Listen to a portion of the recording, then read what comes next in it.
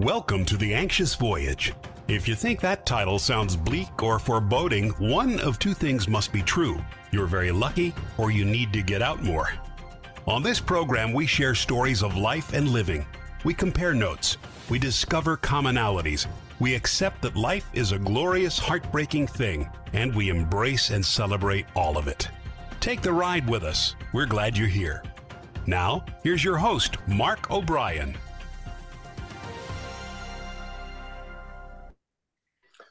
Welcome indeed. We're glad you're here today. We are, as always, coming to you from world headquarters in Middletown, Connecticut, which this weekend will be the home of the first annual, at our own Palmer Field, the first annual teams full contact checkers tournament.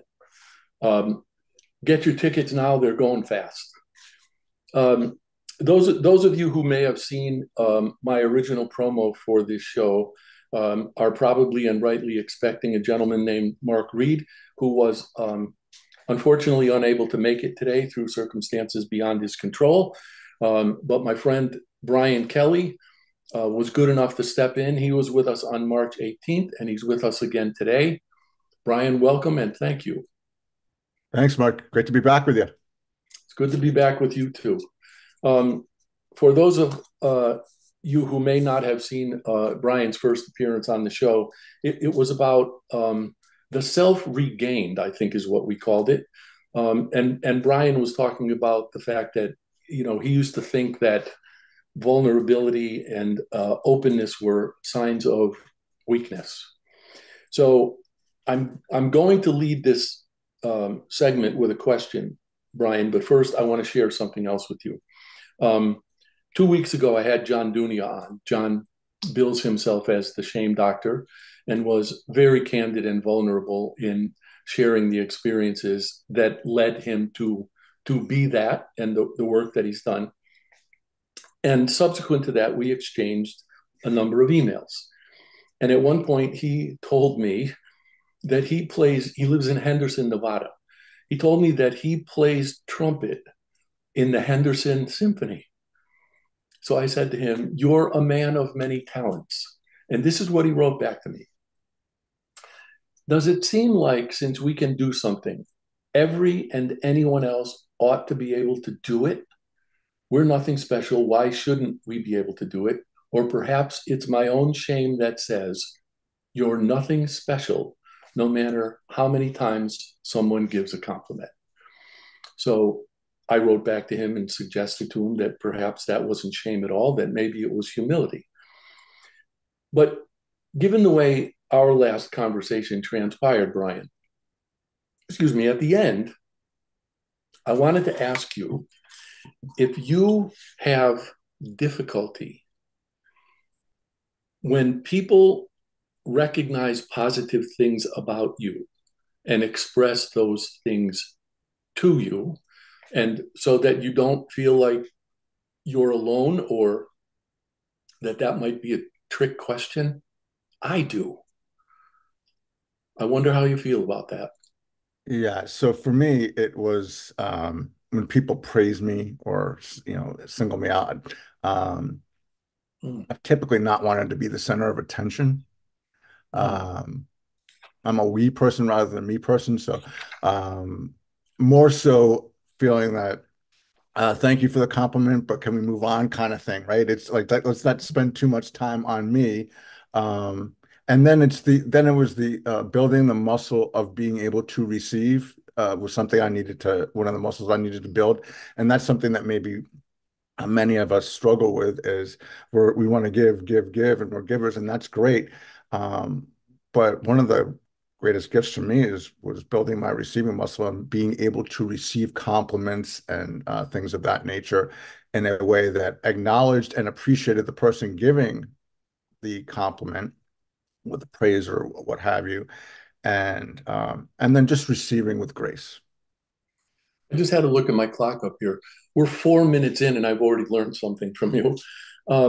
Actually, I'm sorry. I've learned two things from you. One, I love the idea of the receiving muscle. Man,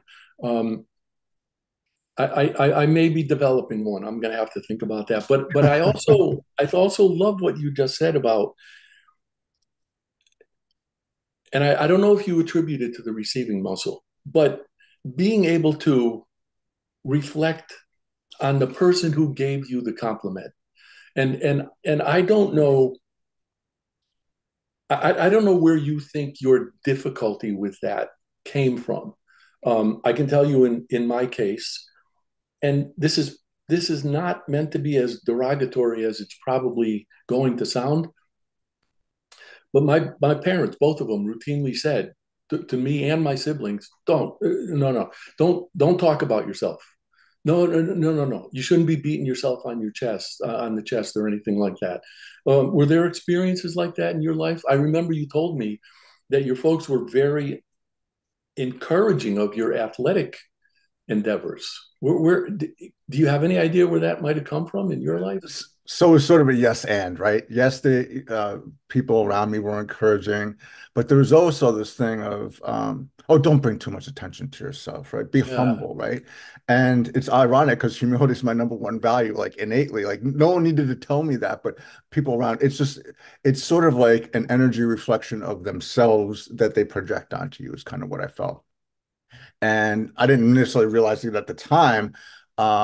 And so the thing about receiving, right, and it being it's a gift back, it's actually the way we receive can make someone feel like maybe not great, right? If we're just like if we dismiss it, right, then they're being dismissive of the praise. And so is that really how we want to acknowledge, recognize, and thank them for it? And that was the thing too. It's like, whether it's just, oh, great play, Brian, in a game or something like that. And sometimes that humility can come off as arrogance unintentionally. Wow.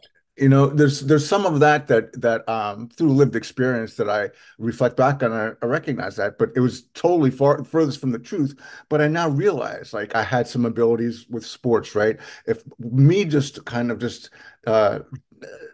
acknowledging, but really in a somewhat dismissive way, kind of thank you, but moving on and not kind of giving space and air to the compliment. Um, I realized that could be kind of dismissive and not feel great to the receiver. And so it's the same thing in business or in life, right? If someone kind of compliments you on your outstanding work and you're kind of just wanting to move to the next thing and not it's it's not giving air and space to the actual person and the acknowledgement that they are giving to you of something that they wanted to praise you for.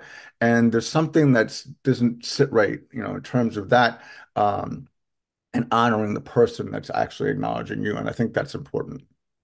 Yeah. I loved your notion of energy projection. So if we are dismissive, if somebody were to compliment me, my typical response would be, well, yeah, but, and then I would either I'd try to rationalize it away or change the subject or something. What are we projecting when we do that?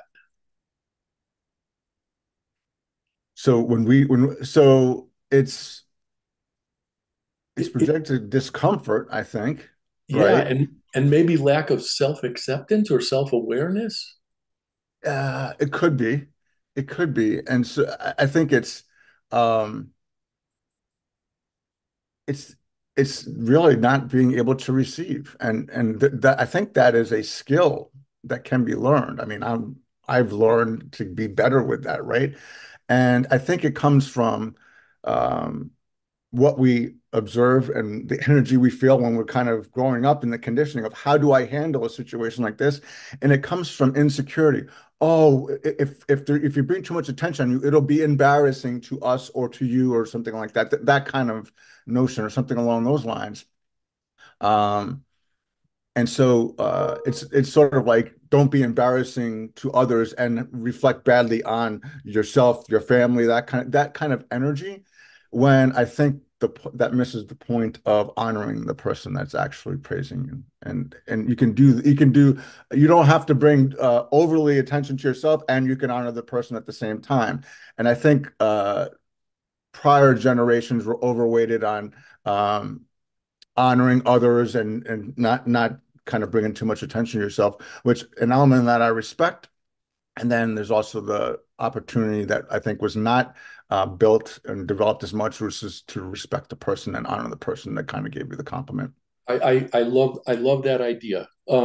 There are some things which I guess given my last name, I'm sometimes willing to attribute some things to my Irish heritage. I remember saying to a gentleman whose heritage I think is Iranian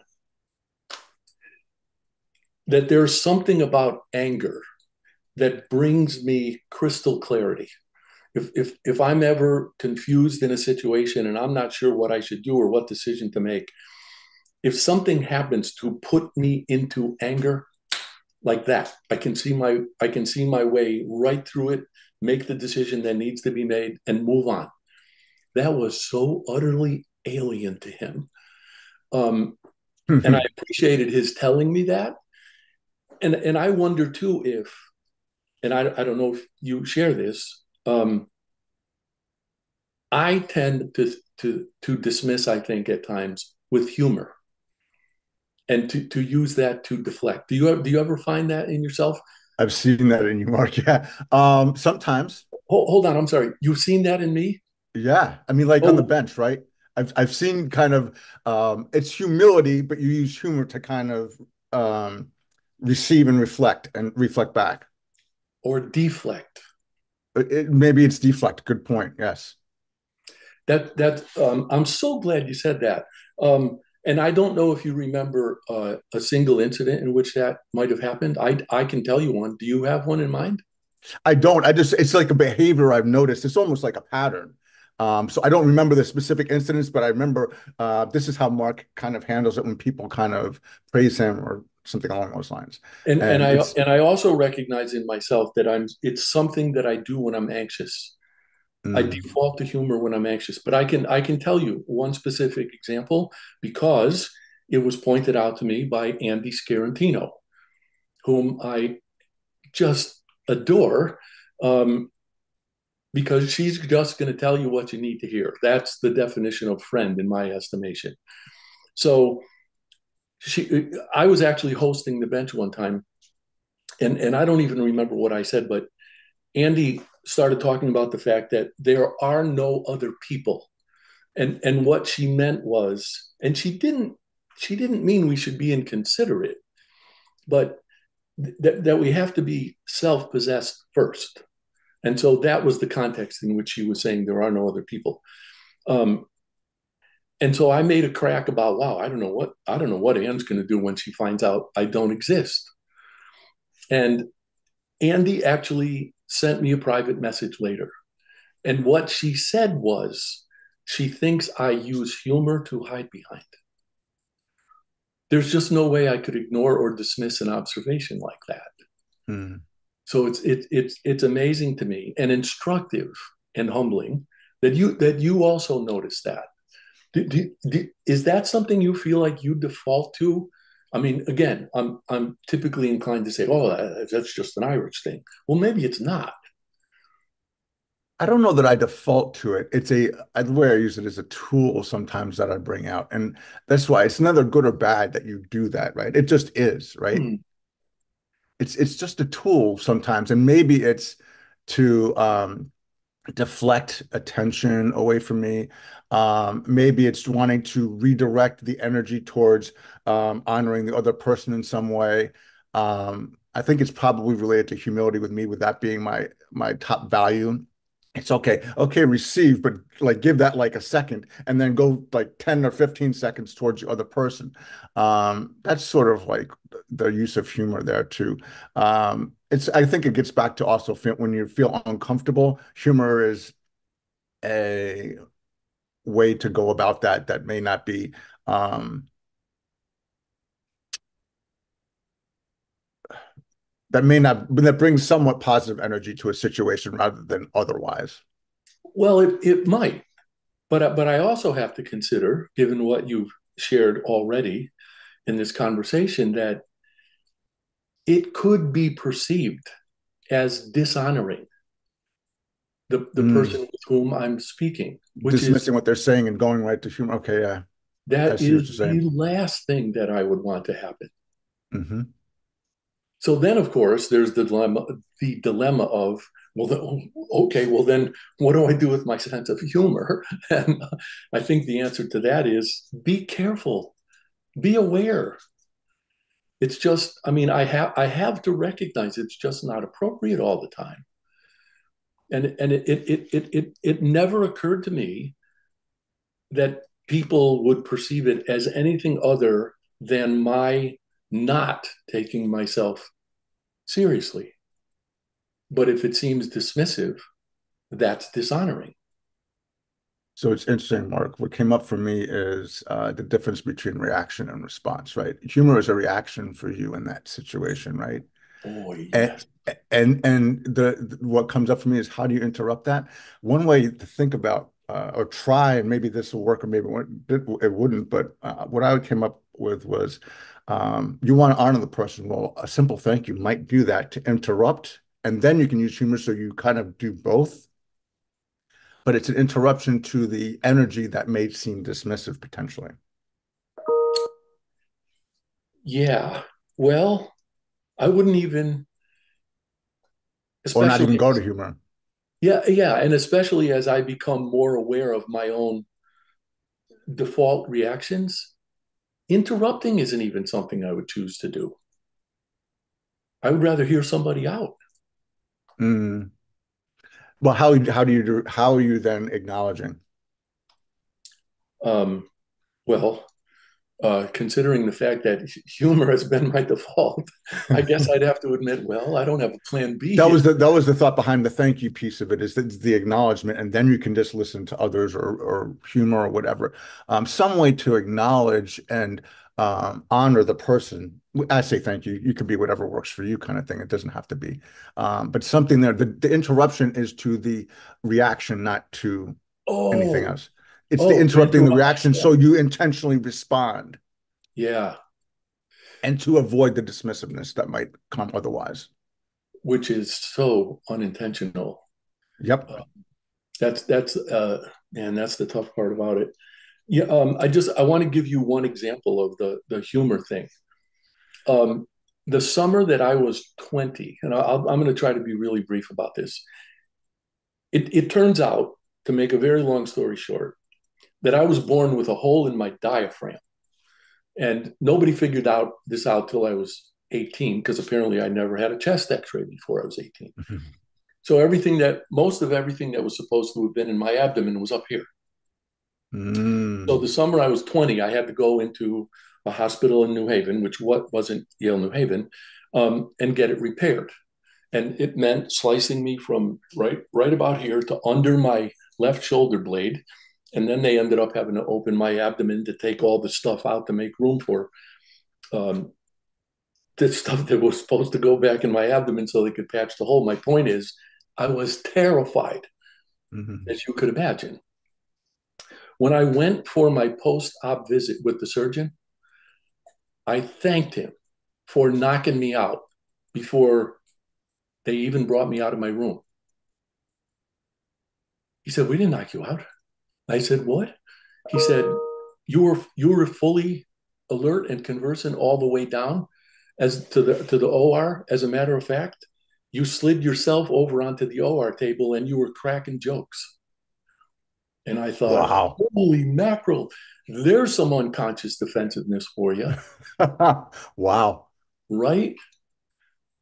So obviously enough, I was so terrified that my brain just wanted to block that stuff out. And yet, in something like, what do we call that? Reflexive mode or something?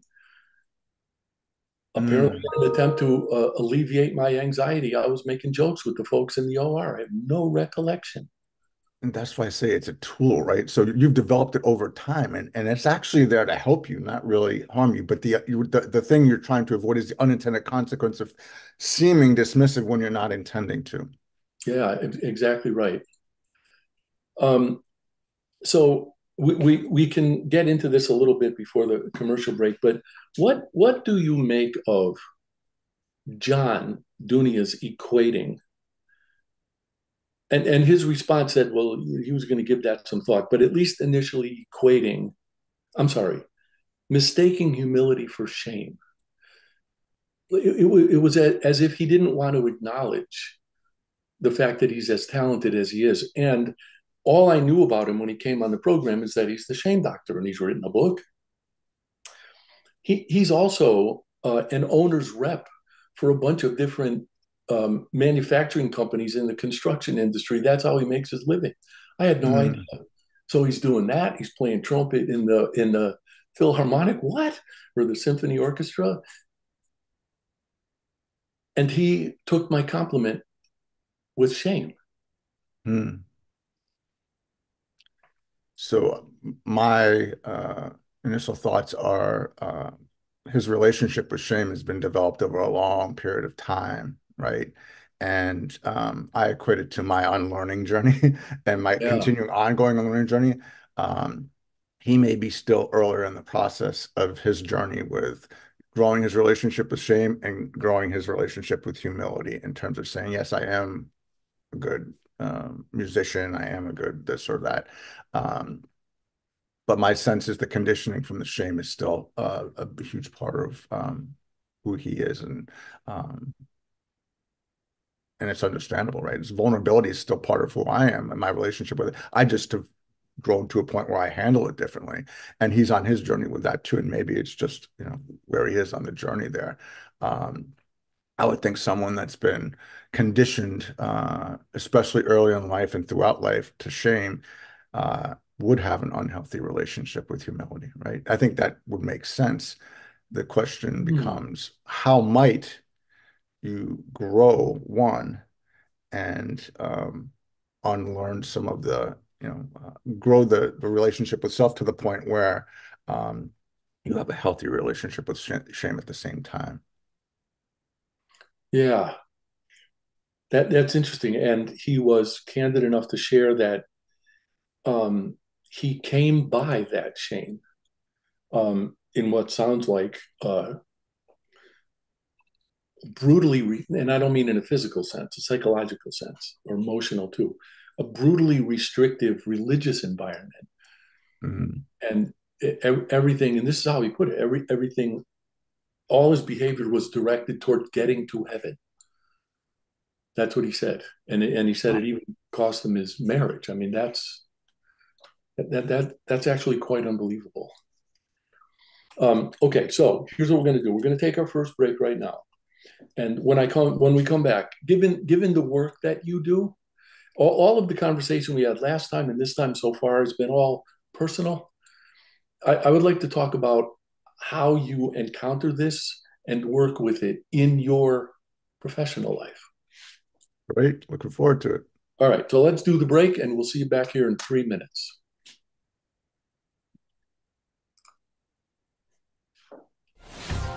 Everybody has a story. Everyone's story deserves to be told, and the only bad stories are the ones we don't share. That's why Mark O'Brien created The Anxious Voyage. It's Mark's conviction that every story deserves to be shared, and his purpose is to give people in all walks of life from any circumstances a chance to tell their stories. The Anxious Voyage is now on syndicated Dream Vision 7 radio network every Monday at 1 a.m. and 1 p.m. Eastern Time, with live broadcast every first and third Monday at 1 p.m. Eastern. Please tune in, please join Mark, and please share your stories.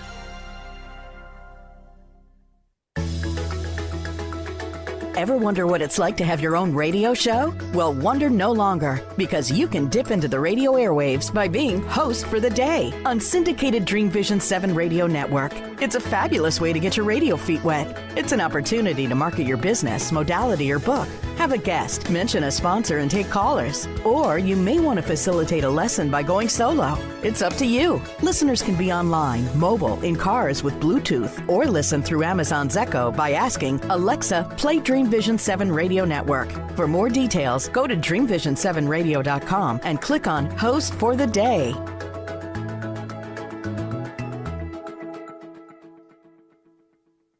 You can't establish your brand's authority without a voice. That's why, since 2004, O'Brien Communications Group, OCG, has been helping companies establish their authority, find their brands, distinct voices, and position their brands effectively and persuasively. So effectively that 9 of OCG's clients have been acquired by other companies. OCG's business model emphasizes efficiency and results, not hourly billing, markups, and media commissions. That ensures OCG's advice is unbiased and its clients aren't at financial risk. If you're ready to find your voice and use it to tell your story, OCG is ready to help. You can find O'Brien Communications Group on the web at o'briencg.com. That's OBRIENCG.com, or call 860-944-9022. Calling all authors. Have you been considering an audiobook? Well, look no further. Come take advantage of Dream Vision 7 Radio Network's unique in-house audiobook production, which includes benefits and bonuses from our radio station. Let our knowledgeable staff guide you to create the audiobook you've always dreamed of without breaking the bank. Check out our full one-stop service from A to Z, including the ACX process. Schedule a free consultation by calling 508-226-1723. That's 508-226-1723. Or go to dreamvision7radio.com. This is Dream Vision 7 Radio Network, uniting mankind with universal love. Our shows are created from the heart, bringing each listener to a place of divine enlightenment. Breathe, relax, and enjoy. Let life flow. Welcome back. Thank you all for staying with us. Brian, just before the break, I said that I would like to talk about how you apply what we've been discussing in your professional life. And I'll start by asking you, do you typically work with groups, individuals, or both? Mostly it's been individuals, but I do work with both. I have to believe the dynamics of those situations have to be different. Oh, yeah. I was thinking when you and I were exchanging thoughts in the first segment, I was thinking that what you were doing with me, what you were making me aware of, must be very much like what you do when you work with individuals. Is that fair to say? It is, and it's less about relating my experience, but more about curiosity in terms of what I'm hearing, because it's about the client, right? And asking questions to help them kind of what is the word I'm looking for? They're looking for them to kind of find the wisdom within themselves. And so, yes, it's very similar. Just the approach is somewhat different because we're having a conversation now. I'm sharing my story, but it's less about my story when I'm working with clients. It's more about what am I hearing? What being in the question, what question is going to help the client kind of move to where they're what's going to be helpful in helping them move forward. And so it's more curiosity and questioning than my story relating that kind of stuff. I have to imagine that as your story grows, you become better at what you do. And I think it was after the show that I did with John, Deborah Beauvais, who's the owner of this station, texted me. And we said something about the fact that time seems to be going faster. And I said to her, yes. And as I get older, I feel like I learn faster, which I think only means that more things are coming at me. And thank goodness, knock on wood, I'm able to absorb at least some of it. Do you find that in your work? I do, and more things are coming at you. Is kind of what you said is helping your learning there. For me, it's about being a better listener, right? And and how am I listening? Am I listening to respond, which may have been more of my prior story, or am I listening to kind of understand and connect? Am I listening to what's not being said? So from the work I do, it's more about listening and active listening. You've heard that. and remaining in curiosity mode and not being in my story, that's the thing we have to kind of guard against, is bringing too much of your story, because that brings the me energy that can become difficult for a client. So what you were talking about before with dismissiveness and shifting energy, if we bring too much of our story, the client says, "What are you talking about you for?" They may not say it, but they're saying to themselves, where's that energy coming from? And that's where it can get difficult. So that's the training with coaching, is remaining curious and being in the question and for the client. And I didn't imagine in any coaching session that you would start injecting your story into it. So I'm going to go about this a different way. Do you think if, and I don't know if you were doing the work that you're doing right now 10 years ago, were you? I started about 11 years ago, yeah. Okay. Do you think, in terms of the experience you had acquired up to that point, do you think you were as good at it then as you are now? No way. And that's kind of what I mean. And so I think I know what your question is, in terms of, is my lived experience make me better at what I do? Yeah. And so yeah, and so that's why clients, or even being on the bench, and situations where, and even conversations like we're having now, that help me grow my perspective and my awareness, um, it's gold for me. I love that, right? So, and it's not about reinforcing my belief so that I feel stronger in my belief. I don't care. I want to learn. I want to kind of understand different perspectives, whether it's culturally, whatever, different ways to look at things that I may not have directly experienced, that helps me see through a different lens, that enables me to have greater empathy, all the human factors, right? Greater awareness, greater compassion, greater confidence, right? In terms of whatever the human factor is. But if I stay wrapped in my perspective, um, there's something there that's getting in the way of it. And it's probably me in terms of the insecurity and the needing to be right, or to hold on to that perspective. So what I do in the lived experience is the fuel for becoming better at what I do. And that's sort of what then human factors does, right? Is help others kind of do that for themselves. And I know you're going to understand exactly what I'm talking about when I say this. You, in this conversation today, have made me a better husband. Just Wow. just because of the things that you've brought to my awareness, and my recognizing the need for me to be aware of those things. So thank you for that, for sure. If Anne were here, and she's not, she would thank you too. Um, so how is it different in team coaching? Because I mean, it's like this amalgam of personalities and styles, right? How do you do that?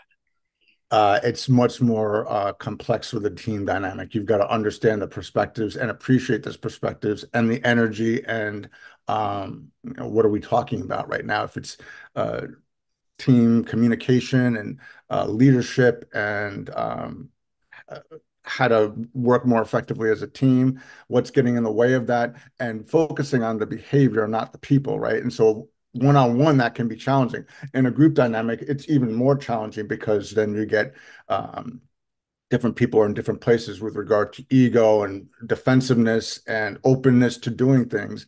And so that's the complexity of it. And you've got to set the ground rules in that situation for how we're going to be together in this, however long we're going to be together in the exercise, because the purpose for us all is getting better with whatever the topic is, whether it's working together as a team, or leading from where you are, communication amongst the team, whatever the topic might be. And so there's a individual and a team aspect to it. So how am I showing up? And then how am I showing up in relationship to the team and what the team might need? And, some people are either kind of in this space of, well, I'm right with what I'm doing. Don't tell me to look anywhere else. Or other people that maybe on the other side are like, well, how can I be better for myself, for others? What is this helping me to see? What is this helping me to be? or who is this helping me to be? And that becomes the opportunity. It's just like the more people are involved, the more complex it is. Just think about, for me, everything. I have sports examples, right? If everybody is an all-star on the team, that's great from a talent perspective. But a team that works more effectively as a team that is less talented, I believe in the long run, and a 7-game series is always going to beat a team that has athletes because of human factors that get in the way of them operating together. Who takes the last shot? Are you going to pass the ball, right? Who's going to play defense, right? And that's why team construction becomes an art, right? How do you put the team together, and those kind of things. So the same thing with a work team, right? If you have all sort of all stars and people that have to be the person, I won't say the man, it could be the man or the woman, then you're going to have trouble in terms of working together as a team to serve your client and your business operation and your business goals. And so that becomes the challenge, right, with the team. And I have this visual that, I'm almost seeing like a whiteboard or something with a few objectives on it. Is there a way? I don't know how you go about what you do, but is there a way to sort of lead people toward those objectives, and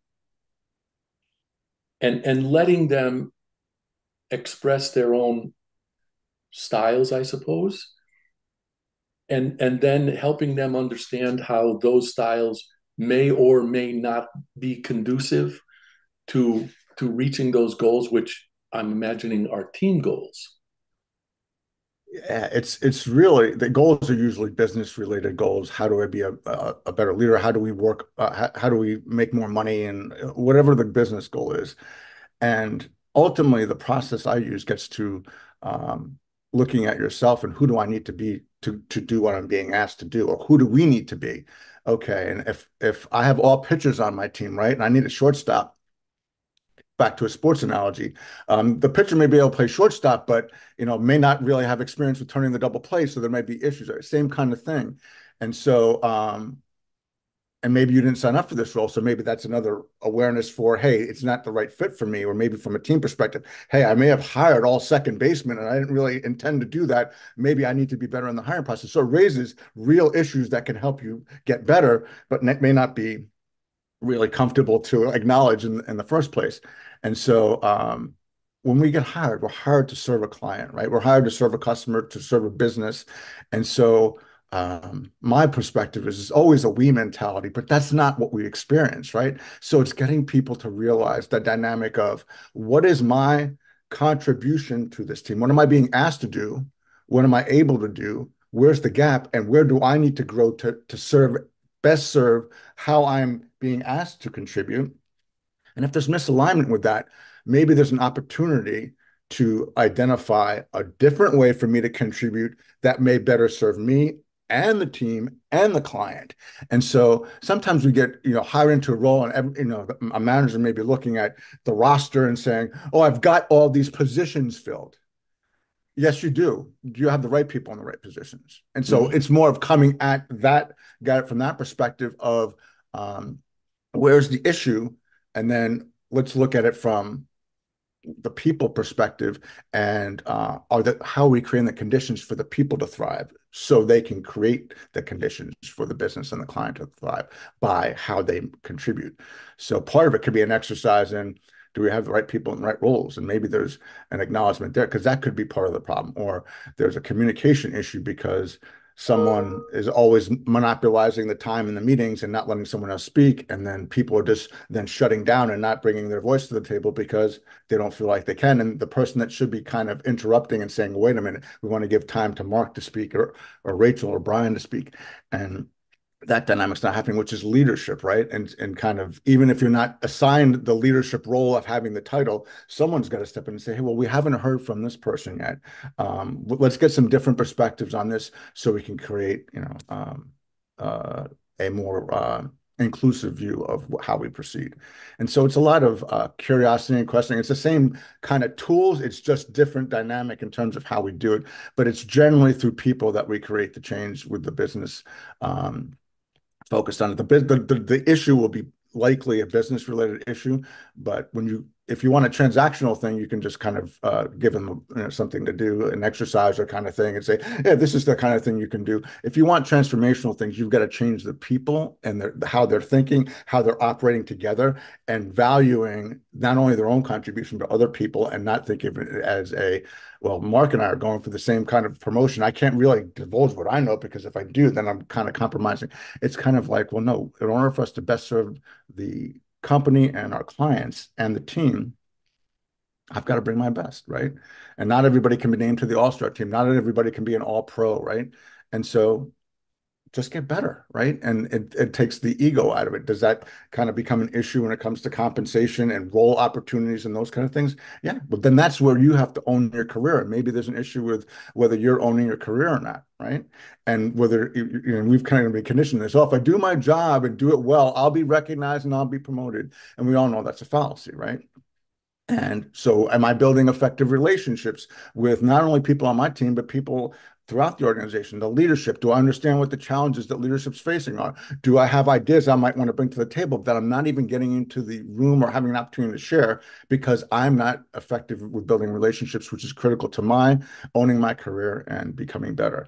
And so some of it gets back to ownership and you owning it instead of kind of being, well, I'm a victim, right? They're not promoting me. They're not giving me a raise. Instead of what might I do better, and kind of owning that.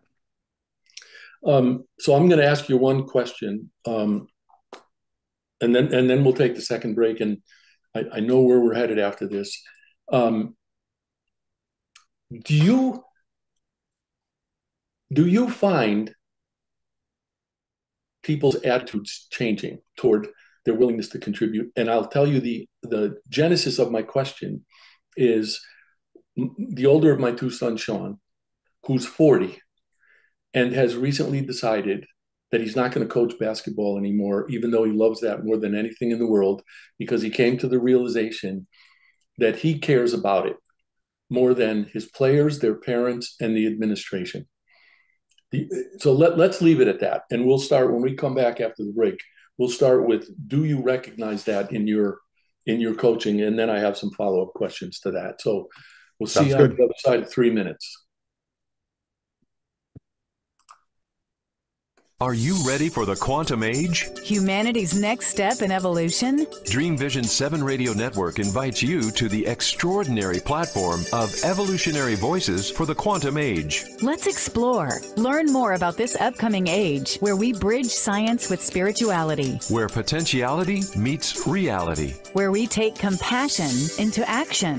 Our trailblazers and visionaries will ask the whys, the what ifs, while igniting continuous possibility. Come along with us into an age beyond what we know today, where we can grow together in unity consciousness. Experience evolutionary voices for the quantum age, Monday through Friday at 8 a.m. and 8 p.m. Eastern on DreamVision7Radio.com. You can't establish your brand's authority without a voice. That's why, since 2004, O'Brien Communications Group, OCG, has been helping companies establish their authority, find their brand's distinct voices, and position their brands effectively and persuasively. So effectively that 9 of OCG's clients have been acquired by other companies. OCG's business model emphasizes efficiency and results, not hourly billing, markups, and media commissions. That ensures OCG's advice is unbiased and its clients aren't at financial risk. If you're ready to find your voice and use it to tell your story, OCG is ready to help. You can find O'Brien Communications Group on the web at o'briencg.com. That's OBRIENCG.com, or call 860-944-9022. Calling all authors. Have you been considering an audiobook? Well, look no further. Come take advantage of Dream Vision 7 Radio Network's unique in-house audiobook production, which includes benefits and bonuses from our radio station. Let our knowledgeable staff guide you to create the audiobook you've always dreamed of without breaking the bank. Check out our full one-stop service from A to Z, including the ACX process. Schedule a free consultation by calling 508-226-1723. That's 508-226-1723. Or go to dreamvision7radio.com. Everybody has a story. Everyone's story deserves to be told, and the only bad stories are the ones we don't share. That's why Mark O'Brien created The Anxious Voyage. It's Mark's conviction that every story deserves to be shared, and his purpose is to give people in all walks of life from any circumstances a chance to tell their stories. The Anxious Voyage is now on syndicated Dream Vision 7 radio network every Monday at 1 a.m. and 1 p.m. Eastern Time, with live broadcast every first and third Monday at 1 p.m. Eastern. Please tune in, please join Mark, and please share your stories. This is Dream Vision 7 Radio Network, uniting mankind with universal love. Our shows are created from the heart, bringing each listener to a place of divine enlightenment. Breathe, relax, and enjoy.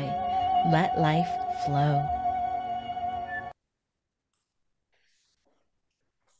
Welcome back, everyone, and thank you for staying with us. Brian, just before the break, I was relating an experience that my older son Sean had as a basketball coach, and you were nodding. And before we got to the break, I was struggling to find a way, utterly devoid of judgment, to ask a question about ego. So I think I've just figured out how to do that. Do you see something like what I'm going to refer to now as an evolution of attitudes? And what has that been like?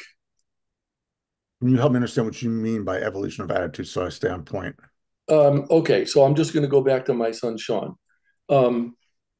He is absolutely consistent in his rules. If you don't come to practice, you don't play. And dear parents, if you can't get your child to practice, call me and I'll pick him up. And that doesn't happen. So the child doesn't come to practice, the child doesn't play, and then the parents are all over the coach. So, I guess in terms of what people think they have to do, and the question that I was going to ask earlier in an ostensibly non-judgmental way was, what variable does ego play in your work? In my work, so ego can be good and bad. I think it's basically just with anything, it's how we choose to use it, right? And what is our relationship with it? Back to a human factors kind of conversation.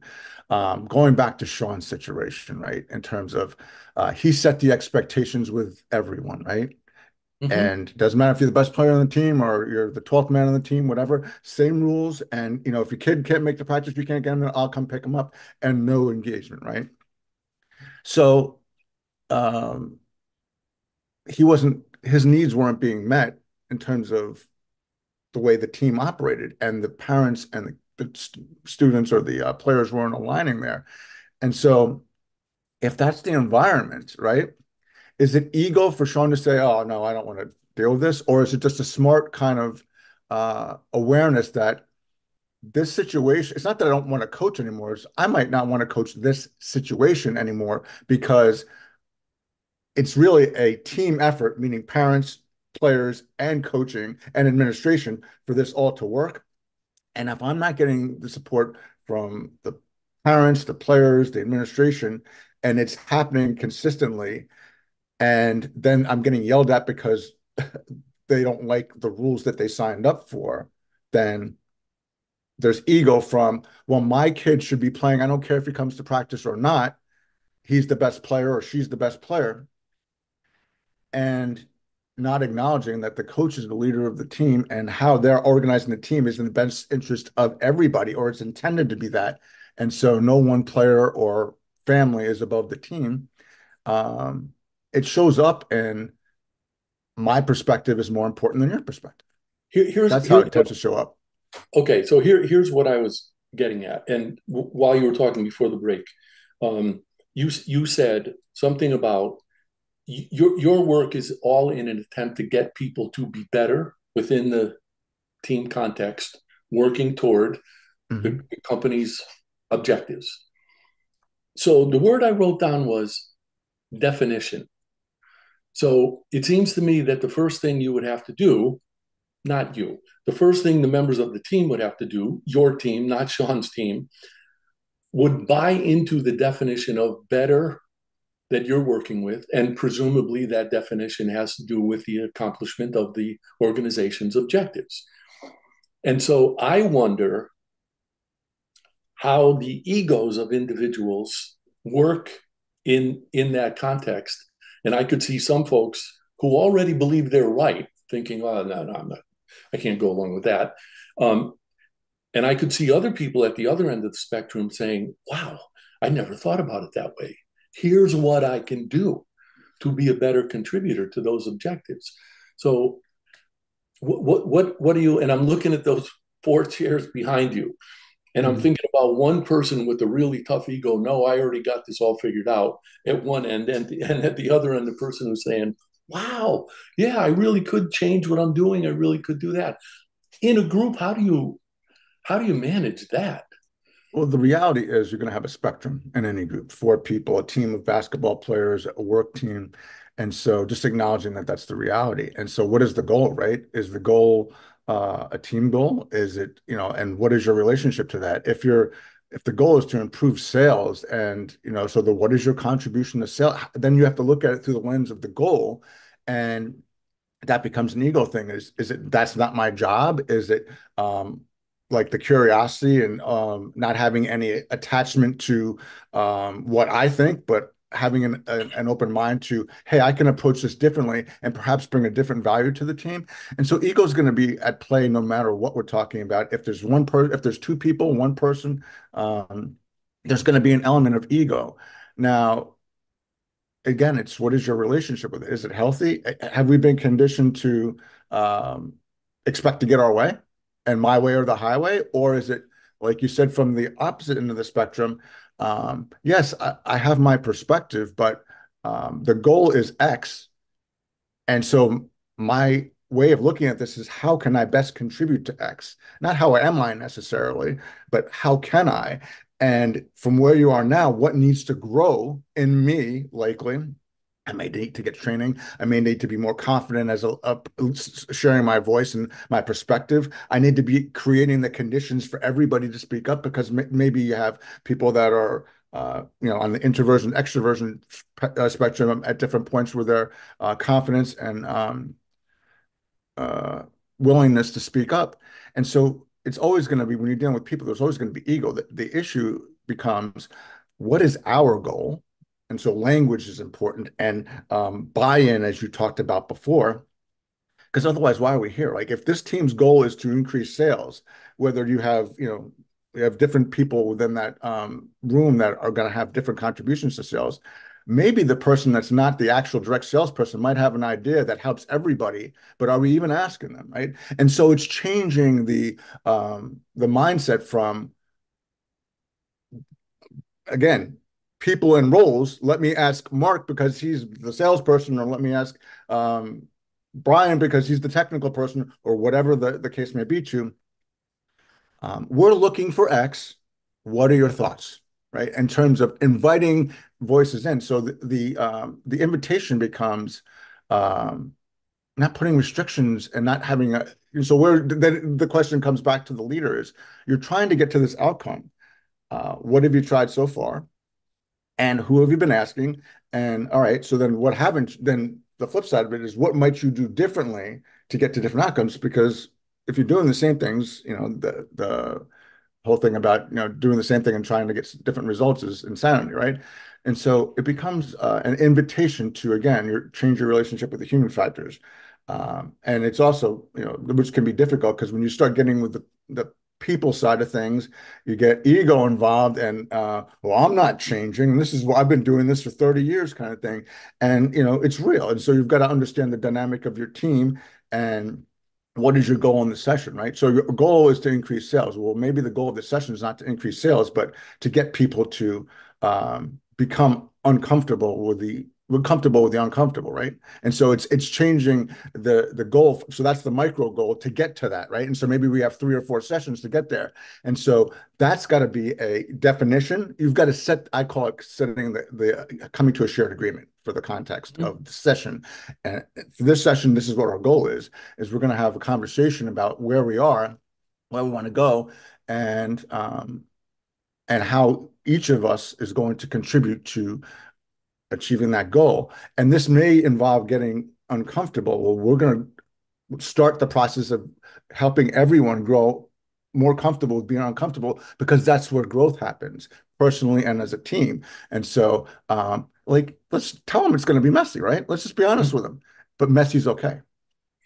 You made me think about the relationship between, and I think this may depend on the perspective or the mindset of the leader, but the relationship between disagreement and contribution. If someone in a group is disagreeing with something, let's just say on a tactical level, but has the opportunity to contribute an alternative, then it seems to me a leader who allows that is effectively managing his own ego. And if the person is going to see someone's desire to contribute as nothing other than disagreement, then, I mean, there's nothing there but a brick wall, right? Yeah. And so that's the thing, right? Is disagreement insubordination, not contributing, not being a team player? Or is it inviting a different way of going about things that might help us look at something differently and help us become and achieve better? And that's the thing, too. It comes back to the attitude in the room, and that's usually reflected in the attitude of the leader. And that's what we're setting the context for. Hey, there's no right answers. There's just ideas of how we might, this is what we've been doing. We need to do something that's going to get us there faster or better or whatever, is the goal there. In order for us to do that, we've got to be open to other perspectives other than our own. And in order for that to work, we've got to be comfortable not being right if someone else has the idea, because the goal is for the team to bring their best contributions. It doesn't matter if it's your area of expertise, because guess what? Everybody's got other lived experience and expertise before they came into the role you hired them in. And so what happens when you let people kind of bring their whole selves and their whole experience to the job, and not just, well, I'm the salesperson, right? Yeah, I'm the salesperson here, but at the other place, I was the operations person. At the other place, I was the technical person. Like, we get boxed into roles instead of the unique people we have there, right? So, in their lived experience. So it gets back to, that's where the people gets to the business outcome, because the issue is typically a relationship issue with human factors that get in the way of contribution, which gets into the way of performance. Agreed. And I cannot believe that we've eaten up another hour already. That's just crazy. So please do tell folks how they can find you, how best to get a hold of you, because I would certainly endorse your work, and you are a person worth knowing, to be sure. Thank you so much, Mark. Thanks for having me. Yes, LinkedIn is a great place. And then also my website, which is humanfactorsconsulting.net, or brian@humanfactorsconsulting.net, which is my email. I'm going to thank you again for being on the show, and I'm going to especially thank you for pinch hitting on really short notice. You bailed me out today, my friend. Thank you. Always glad to be with you, Mark. Okay, and to the rest of you, thank you for being here. I'll be back again live on June 3rd at 1 p.m. Eastern, and I hope to see you then. Thank you for being here.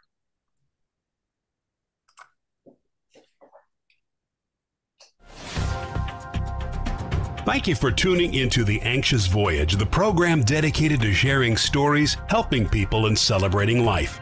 You can see and listen to The Anxious Voyage on syndicated Dream Vision 7 radio network every Monday at 1 a.m. and 1 p.m. Eastern Time, with live broadcast every first and third Monday at 1 p.m. Eastern.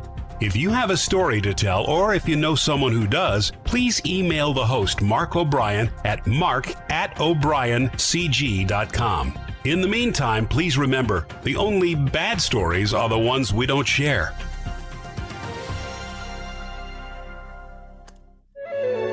This is Dream Vision 7 Radio Network, uniting mankind with universal love. Our shows are created from the heart, bringing each listener to a place of divine enlightenment. Breathe, relax, and enjoy. Let life flow.